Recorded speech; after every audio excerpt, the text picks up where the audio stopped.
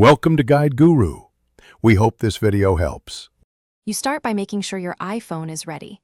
Connect to Wi-Fi and plug in if battery is low. Once done, unlock the device and open the App Store. Tap your profile icon in the top right to reveal available updates. You want to be in the Updates or Purchased area so you can find Messenger quickly. This avoids delays and permission prompts later. Make sure your Apple ID is signed in. If it isn't, sign in now so the update can proceed without interruption. Now find Messenger. Either scroll the available updates list or tap Search and enter Messenger. Once you locate it, tap Update on the list or open Messenger's app page and tap Update there. If prompted, authenticate using Face ID, Touch ID, or your Apple ID password.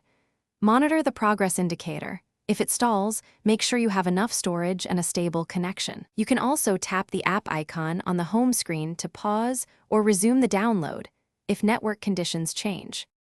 After the update completes, open Messenger to confirm it launches and to test sending or receiving a message.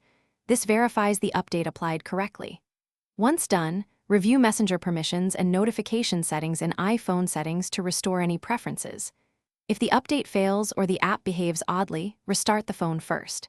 If problems persist, sign out, delete the app, and reinstall from the App Store. This clears corrupted files while preserving cloud sync chats. Make sure you're signed into the correct Apple ID before reinstalling. Thanks for watching. Consider subscribing if we helped you today.